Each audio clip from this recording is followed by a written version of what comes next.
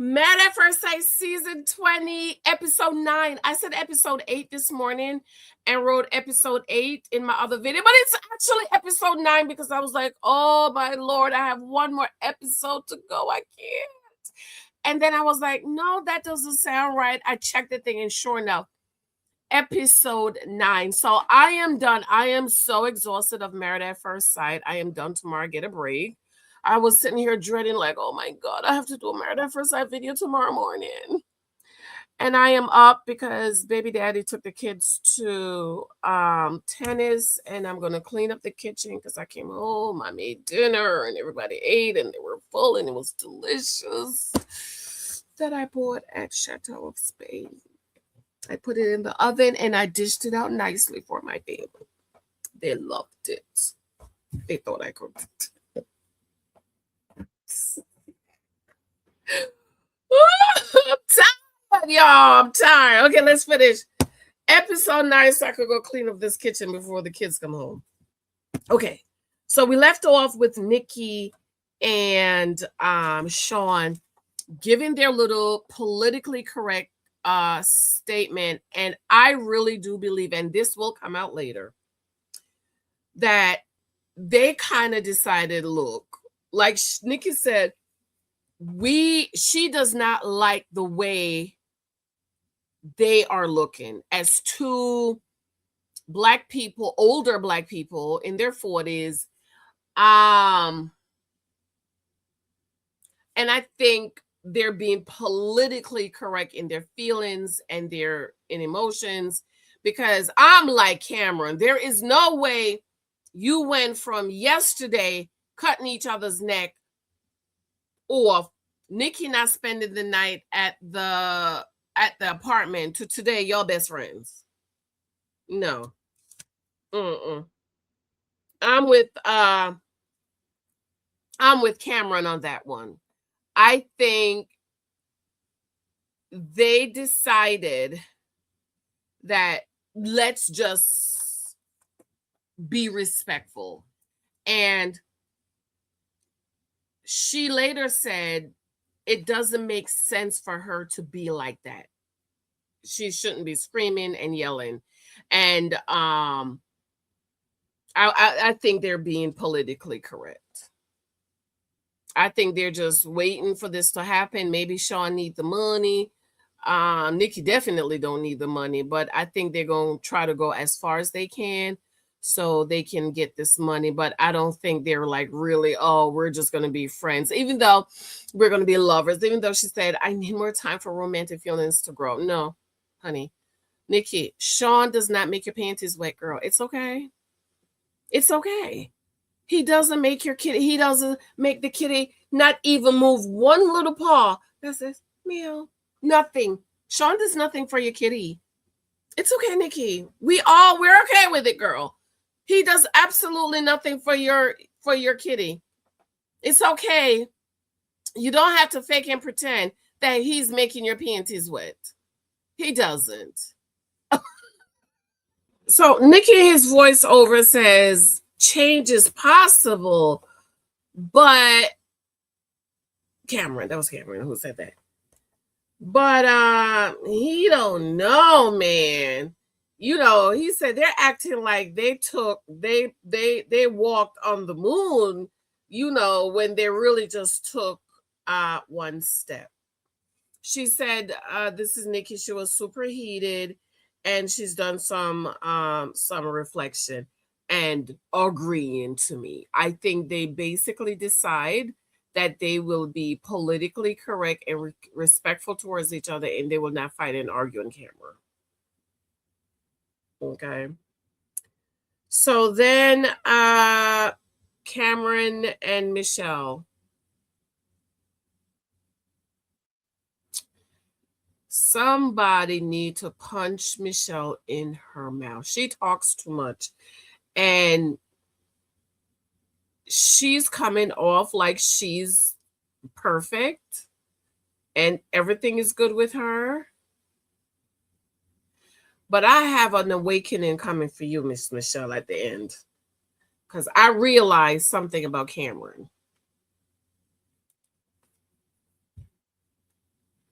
She basically don't believe them. I mean, I don't believe them either, but at least, Michelle, you could try to be politically correct. Like, whoo, girl. Mm. So then it was time for Devin and Caitlyn. And Paul asks, why is your light dim? The same reason you match him with Caitlyn.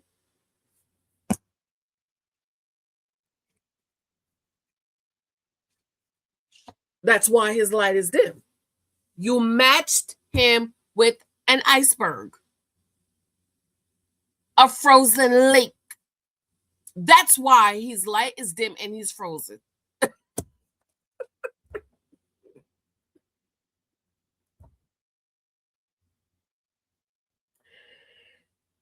No, Devin, you don't say something that upset my spirit. But maybe I heard wrong. You know, I'm half asleep. He said he came in, tried to come in full force. He planned to love bomb her, and she's going to love everything. And it just didn't happen. I feel like because Devin is in sports and you have to be strategic and you have to play with your team. There is no I in team. That I really like him, but I didn't like what you said. You know, unless I'm understanding it wrong. You know, you're married, so is he saying he was just going to give her all the love and the attention and so on and so forth, but she's just not having it? I think that's what he means, but maybe he used the wrong phrase. But Devin, I didn't like it because you saying you're going to love bomb somebody is not good. A lot of women have been love bombed by men, and they think they're in love, and I'm like, no, dumb, he's love bombing you, girl.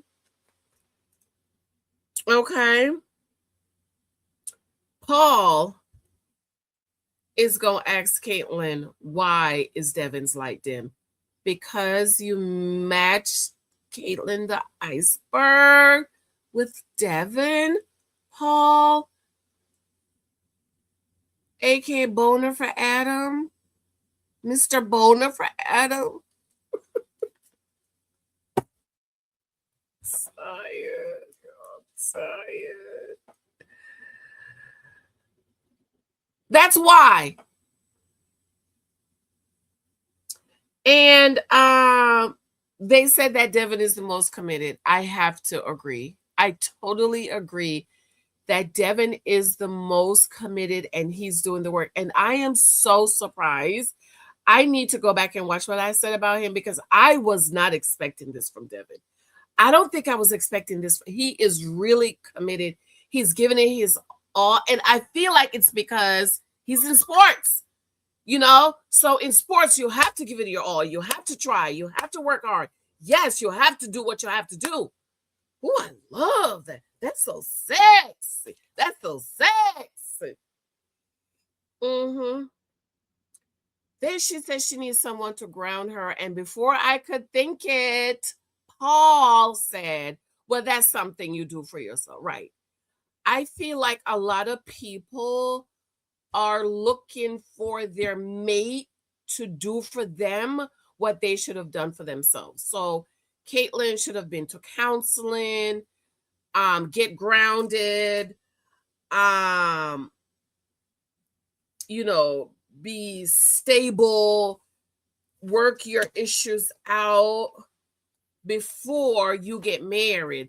It's like back in the day, they used to say marriage is not going to fix your problem. If you're a lonely person, marriage is not going to fix that because your husband got to go to work and you have to go to work, or you might have to stay home with the babies, or because alone is not the same as lonely. You know, I'm alone in the house because I'm the only one here. My husband took the kids to tennis lessons. I'm alone in this house, but I'm not lonely. However, one of my arch enemies on YouTube told me that I am an introvert extrovert, and it made so much sense to me. I'm like, oh my God, yes, you are so right. My arch enemy, hashtag arch enemy, if you know who I'm talking about. Hashtag my arch enemy. She was like, it's because you're an introvert extrovert. I'm both. Like, I get my strength by being alone, by being in the house, by staying here and reading. But when I go to work, I'm a social butterfly. They call me the mayor at my job, Miss Mayor. That's what they call me. But once I leave work, I'm done.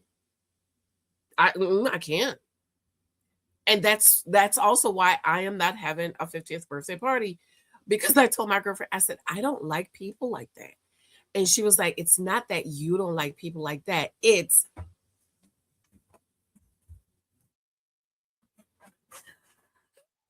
going to my birthday party. Okay, bye. And that's it. She said. And I was like, oh my God, you know me so well. I'm like, yes, that's me. If I have a birthday party, that's going to be me. Hey, girl, thanks for coming. Bye. And you can't do that at a birthday party, at a 50th birthday party. So you have to work, Caitlyn. You got to work those things out before you get married. A husband is not going to fix it. Talk about, I need somebody to ground me. No, you ground yourself. Go start and walk on grass.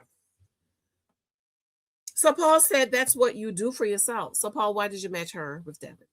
Mm-hmm. They want him to be himself. Why did you match the bright, sunny boy with the iceberg?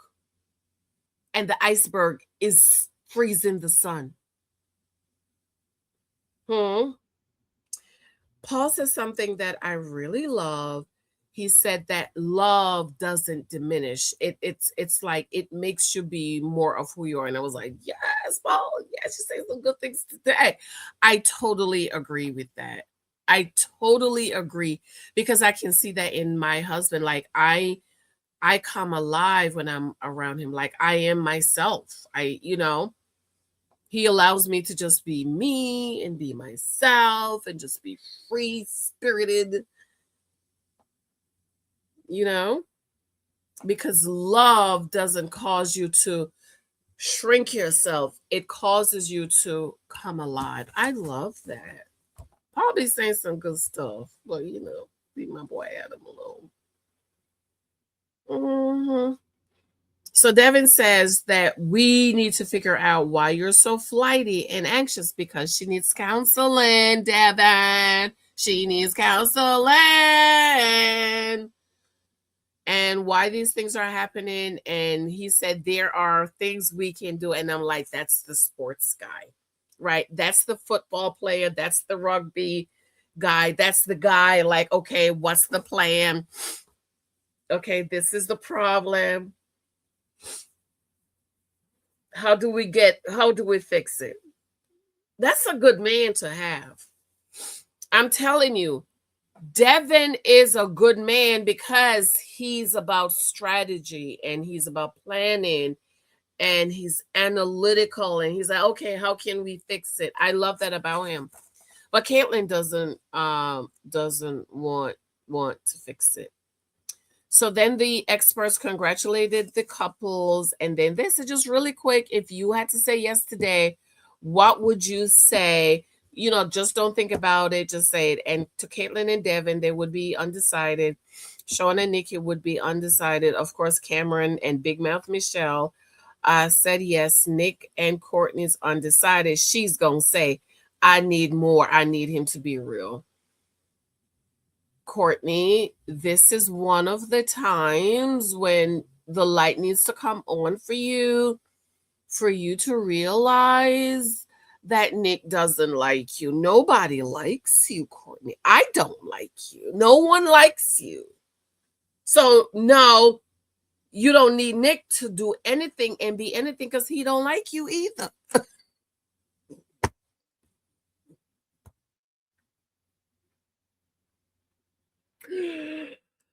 Oh my God. Okay. Belle and Mecca would be undecided. Tori and Felipe would say yes. Adam and Marissa would say yes. I am surprised, however.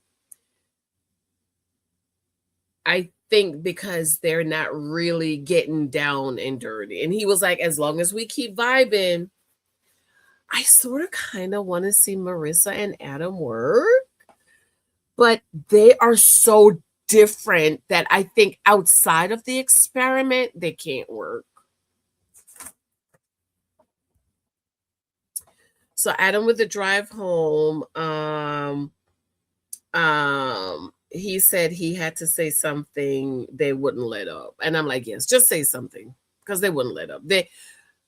Paul had such a hard boner for you, Adam, that he wouldn't let it go until he you know. I'm sleepy. He wouldn't stop until the boner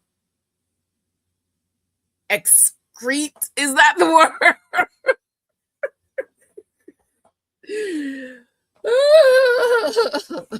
Okay. So thank you. Thank you, Adam. I'm glad you picked that up on that boner, Paul. Paul the boner.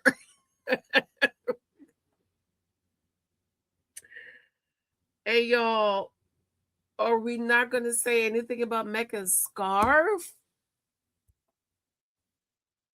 And I'm like, what in the world?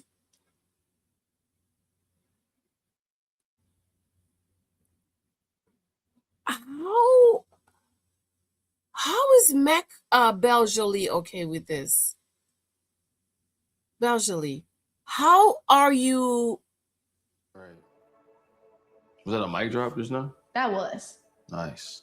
And that's why I like it right there, you know. And look at the kiss. Look at the kiss, y'all. Look at the kiss. Look at the kiss. Ew! He's like, ew, like who kissed like that? Beljolie. Are you okay with your man wearing a scarf like that? And that kiss. What was that?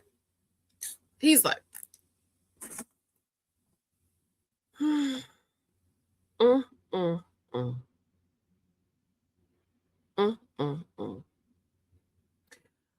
don't understand.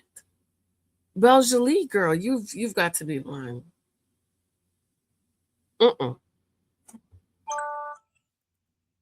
You've got to be blind. So then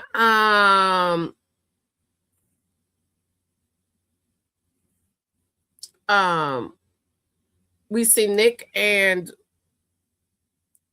she's saying, is it Nick or Cameron? It's Nick. Yes, Nick. Yes, Nick said he's shocked at some of the couples that say yes. So you know what that means? He knows things that they're not telling us, and we don't know. Mecca with his scarf said it really hurt hearing Michelle say that about him, that he's being performative because he's an authentic person and she's an authentic person. I really dislike Michelle. I don't like her. She's a bitch. I don't like her. Okay. I'm like, somebody needs to tell her to shut up. But shout out to Cameron. Cameron said, yeah, but you call them out. And she was like, but no, I did.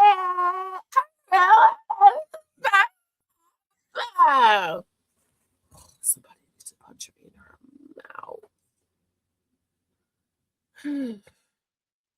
Oh, they're really self-reflective and Cameron, yes, but you call them out. So then Michelle and Cameron talk because he's getting ready to go away tomorrow. And they're talking about moving to Portland, staying here. And she's saying that she hopes she could get an online job. And he was like, well, no, this is your dream. And then she was like, well, that is your dream. And he said, yeah, but I can have more than one dream. And I'm like, Cameron is going to be like Vincent, be a stay-at-home husband. And because Michelle is so desperate for a man, like, what's her name? What was her name again? Real pretty girl, dark-skinned girl. She's pregnant again for the non-working man. What was her name again? Vincent was the husband. You know, the one that wanted the 10 babies. She's pregnant again for the 10 man who ain't got no stable job. She's an engineer. Why can't I remember her name? Probably because she's a pygmy, but it was... I don't remember her name.